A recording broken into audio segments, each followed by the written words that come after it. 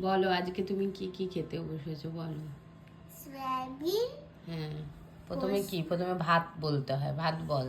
ভাত ভাত নুন দিয়ে, এখানে বেগুন ভাজা আমার ফেভারিট, এখানে বিটরুট একটা তরকারি, এটা পোস্ত আর এটা সয়াবিন।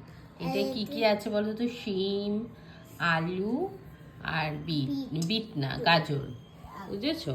আর এইটা সিমই, হুম, আর এখানে জল। জল। নাও এবার তুমি খাওয়া শুরু করো। নাও খাও, খাও না, খাও একটু একটু খাও, আমি দেখি, একটু আমি দেখি।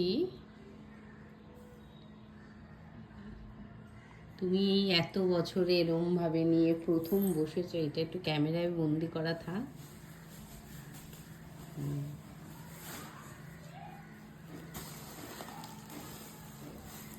ঠিক আছে, খাও। হ্যাঁ।